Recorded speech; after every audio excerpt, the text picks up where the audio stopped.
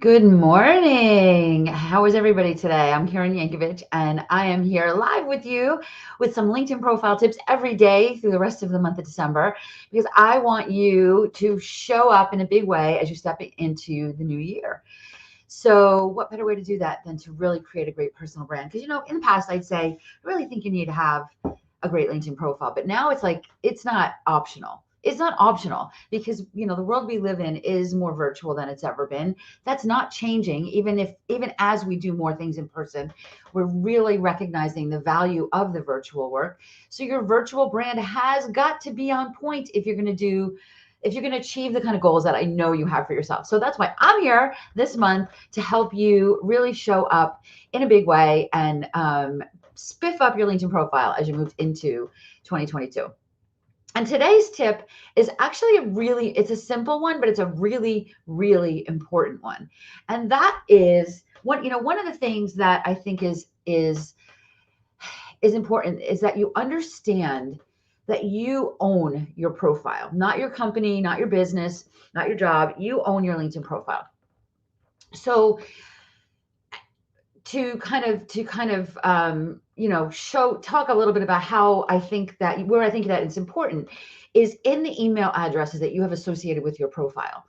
Whether or not you are an entrepreneur or a small business owner, or you have a paycheck, you work for a company, you want to make sure that the email address, the primary email address that you have on your LinkedIn profile, is one that you own, right? Because if it's not, and like something happens, like I just read an article today that in New Jersey, Capri is like a hairstyling school. They just closed the doors overnight. Like people are left without their certifications that they've paid $20,000 to go to the school, right? But think about the employees, right? Those employees, if they're looking to get another job, if they don't have access to their email, they don't have access to their LinkedIn profile. If they can't change, if they can't, like if they lose their password, right? Or if they want to change it. If that email is shut down, you can't change your password. You can't do anything.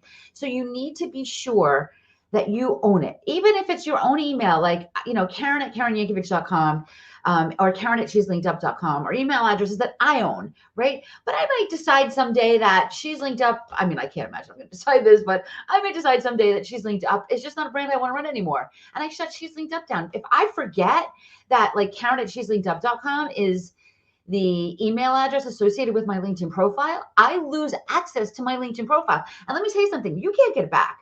Like you can't get it back. There's people that are like, well, I've tried this, I've tried that. And I can't tell you how often people ask me this question. And, it is not easy to do this. So you want to make sure you have control. So let's take a look at what this looks like.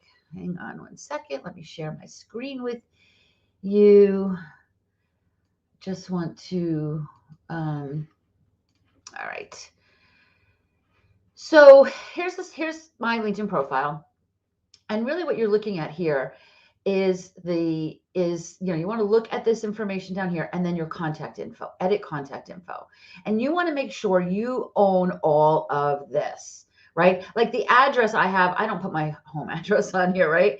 But you want to update all of this so that you have control over it, right? Like so that you have control over it. Let me just see, hang on one second. There's also this contact info section. Okay, so this contact info section. So you see here, I have a couple different websites here. This actually takes you to my LinkedIn group. This takes me to my about section on my website. This takes you to my website, right? But if I want to edit this, I can edit it and I can add multiple email addresses, right? So that's really what you want to be. That's what you want to be doing here. Krista, so good to see you here. Thank you. Krista's wishing me. It was my birthday last week. Thank you. Not last week. It was my birthday on Monday. What's today? Thursday. It was my birthday the other day.